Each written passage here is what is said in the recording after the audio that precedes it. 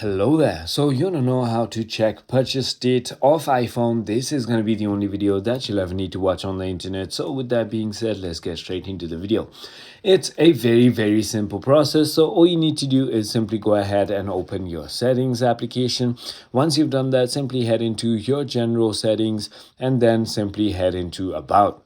Once you've done that, simply go ahead and copy the serial number right over here. And once you've done that, simply go ahead and open your Safari and then search for Apple coverage. Once you've done that, simply go ahead and tap on the first link, which is checkcoverage.apple.com, and then select the country that you purchased it from, if you remember. And now all you need to do is simply go ahead and put your serial number right over here. And once you go ahead and paste your serial number, simply go ahead and click on submit, and it will tell you exactly where it was purchased. So it is as simple as that. I hope this video was helpful to you. If it was, hit that like button and I'll see you.